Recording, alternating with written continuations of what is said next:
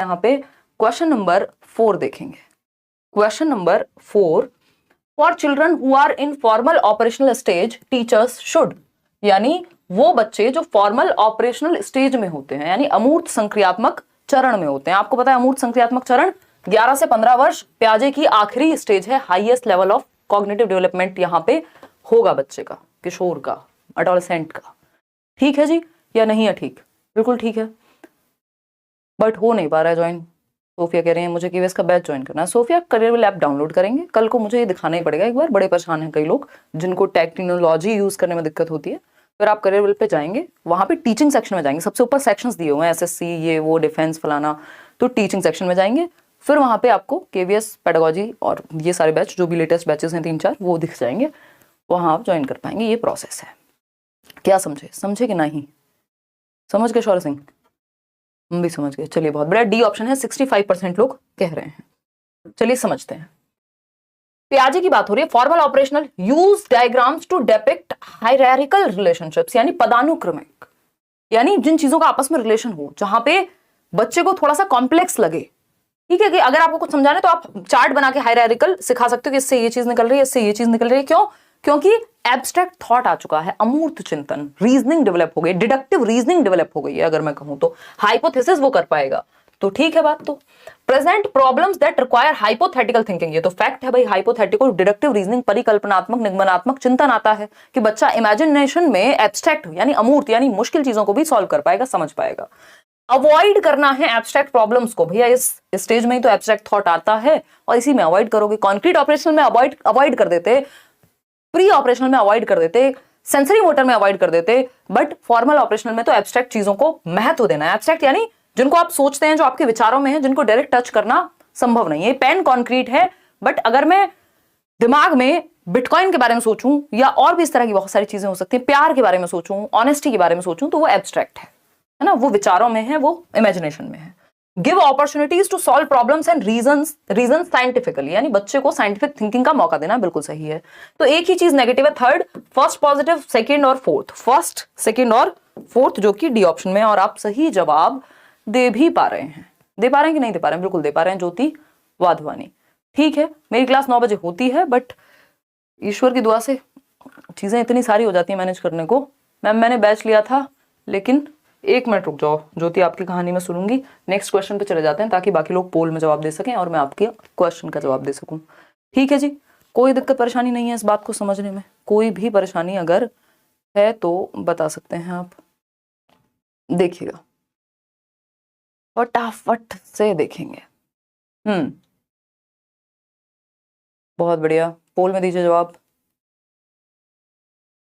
बिल्कुल नहीं, पढ़ नहीं पाई एसएसटी, तो अब क्या एसएसटी की क्लासेस देखनी चाहिए या नहीं, या कोई और तरीका है? बिकॉज एसएसटी 0 प्रिपेयर्ड है, 28 को है पेपर।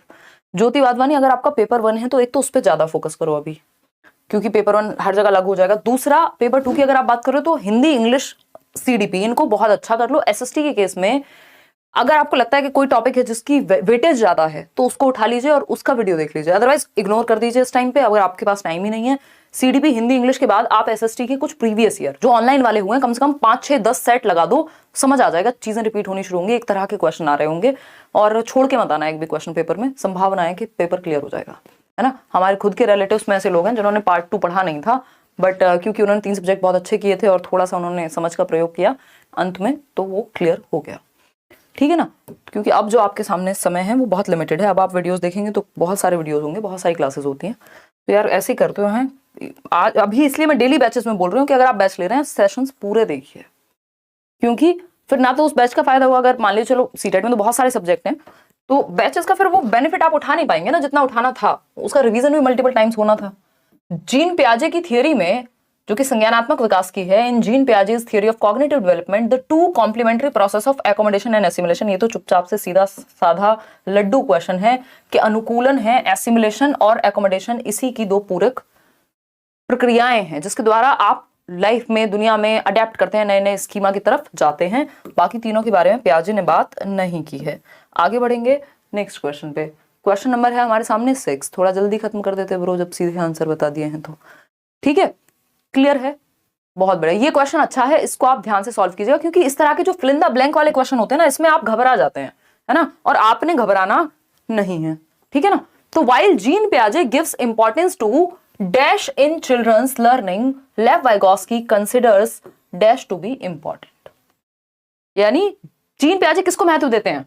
परिपक्वता को, हाँ बिल्कुल देते हैं। मैचुरेशन मतलब हेरिडिटी यानी जेनेटिक्स को महत्व देते हैं। वो जेनेटिक एपिस्टेमोलॉजी की भी बात करते हैं कि कैसे हम अपने जीन्स के थ्रू नॉलेज को बिल्ड करेंगे, या अपनी मैचुरेशन के थ्रू। मैचुरेशन क्या एक हेरिडेटरी प्रोसेस है।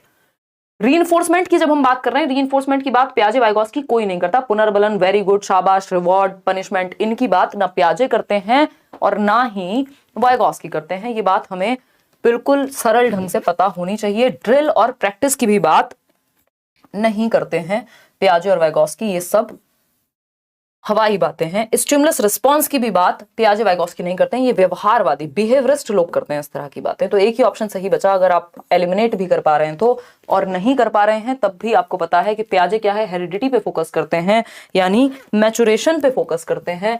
मैचुरेशन यानी परिपक्वता जो जीन्स से आएगी, जो आनुवांशिकता से आएगी, जो हेरिडिटी से आएगी। और वाइगोस्की तो आपको पता ही है कल्चर के कितने प्रेमी हैं, बहुत ज्यादा पसंद करते हैं कल्चर को, सांस्कृतिक उपकरणों को। सोसाइटी, कल्चर, लैंग्वेज, यही तो 3 चीजें हैं जो बेस हैं वाइगोस्की की थियोरी का, है ना। और पियाजे की जो थियोरी है उसकी 4 चीजें बेस हैं या एलिमेंट हैं। वो कौन से हैं देखिए, यहाँ पे लिख लेते हैं 1 मिनट में। पियाजे आप याद दिलाइए फटाफट से, MESE, ये 4 एलिमेंट्स हैं, 4 फैक्टर्स हैं जिन पे पियाजे की थियोरी बेस्ड है। मैचुरेशन, मैचुरेशन बोले तो जीन्स, हेरिडिटी, कोई भी नाम आ जाए पता चल जाएगा कि मैचुरेशन की बात हो रही है। इक्विलिब्रेशन यानी बैलेंस, ठीक। फिर किसकी, सोशल एक्सपीरियंस और एक्टिविटी या खाली एक्सपीरियंस जिसको हम 4th कह रहे हैं। ये 4 प्रोसेसेस हैं पियाजे की। और वाइगोस्की की आपको पता ही है, SCL, सोसाइटी, कल्चर और लैंग्वेज। चलिए आगे बढ़ते हैं। क्वेश्चन नंबर 7 देखिएगा और समझिएगा। क्वेश्चन नंबर 7 क्या कहता है भाई, वाइगोस्की के अनुसार, according to Lev Vygotsky which of the following is not an appropriate pedagogy to promote cognitive development. यानी वाइगोस्की के अनुसार क्या सही नहीं होगा, जो सोसाइटी, कल्चर और लैंग्वेज की बात ना करे वही सही होगा, वही सही नहीं होगा, क्योंकि 3 ही चीजों को महत्वपूर्ण मान रहे हैं ना वाइगोस्की। तो मैम सेकंड शिफ्ट का एग्जाम कब से होगा? मेरा सेंटर फर्स्ट शिफ्ट में नहीं आया है, कितने दिन का टाइम और मिलेगा? सुरमई अभी इस पे कुछ नहीं कह सकते, इन्होंने 1 आध हफ्ते का तो कैलेंडर दे ही दिया होगा, तो वही मान लो कि उसके बाद आपका एग्जाम होगा, है ना। तो अभी तो नहीं कह सकते, बट ठीक है, इतने आपको आइडिया लग जाएगा कि कब कब पेपर किस किस के हो रहे हैं। डी ऑप्शन 80% लोग चूज कर रहे हैं, बोले तो 80% लोग कह रहे हैं डी ऑप्शन सही होगा, सही होगा, सही होगा। अब क्यों सही होगा इसी को देखना है, आपको पेपर तक जुड़े रहना है। कल हो सकता है आपकी क्लास, 1 क्लास तो कम से कम लगेगी, परसों हो सकता है 2 क्लास भी लगा दूं मैं, है ना। तो अगर हम बात करते हैं क्वेश्चन नंबर 7 की, अकॉर्डिंग टू लेव वाइगोस्की, क्योंकि सैटरडे संडे करियर पे ऑफ रहता है, तो मैं पूरी कोशिश करूंगी कि आपको ज्यादा टाइम दिया जाए और पेपर आपका सर पे है बिल्कुल।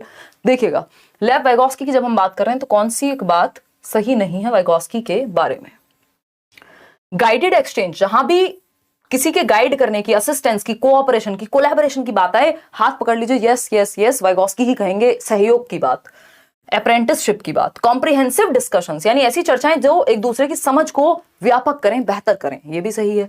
कोलैबोरेशन बिल्कुल सही है, सहयोगात्मक अधिगम, कोलैबोरेटिव लर्निंग। मैंने आपको वाइगोस्की की थियरी, अभी मैराथन्स हुए थे, 8.5 घंटे सीडी भी पढ़ाया है, उसमें बात की है मैंने लास्ट में कि कैसे कोलैबोरेशन पे फोकस करना है, पीयर लर्निंग पे फोकस करना है। लेकिन रट्टे लगाने पे और उन रट्टों को उगलने पे पेपर पे, इस पे फोकस वाइगोस्की नहीं करते। दोहराव व स्मरण करना, रट्टे लगाना, ड्रिल प्रैक्टिस, ये सब खराब बातें हैं वाइगोस्की और पियाजे के अनुसार। क्वेश्चन नंबर 8 देखिएगा, Carol Gilligan critiqued that Lawrence Kohlberg's theory of moral development devalues feminine morality that emphasises. यानी कैरल गिलिगन ने लॉरेंस कोहलबर्ग के नैतिक विकास की समालोचना करते हुए तर्क रखा कि कोहलबर्ग नारीवादी नैतिकता जो किस पर जोर देती है को नकारते हैं। यानी ये जेंडर बायस थियरी है जो नैतिक विकास है कोहलबर्ग का।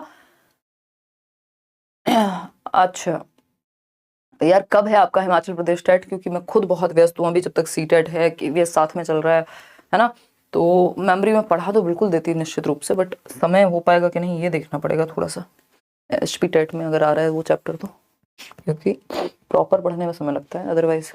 देखिएगा, अगर हम बात करते हैं ए ऑप्शन की, 69% कह रहे हैं कि एन एथिक ऑफ केयर। ये बात हम डिस्कस कर चुके हैं कल परसों के क्वेश्चन में भी, कि देखभाल की नैतिकता, यानी महिलाओं में केयर की जो नैतिकता है वो केयरिंग होती है ज्यादा, अगर हम जस्टिस की नैतिकता की बात करें, जो कि मेल्स में ज्यादा देखने को मिल रही है, यानी जो लॉजिक और रीजनिंग पे ज्यादा बेस्ड है, जबकि वहीं फीमेल्स की जो मॉरलिटी है वो केयर पे बेस्ड ज्यादा है ना। तो अब उसमें सोसाइटी का भी रोल है और वो बाय नेचर भी वैसी हैं, बायोलॉजिकली भी, तो ये भी एक रीजन है। लेकिन इन्होंने इस एस्पेक्ट को डिवैल्यू कर दिया, इंपॉर्टेंट नहीं माना, किसने?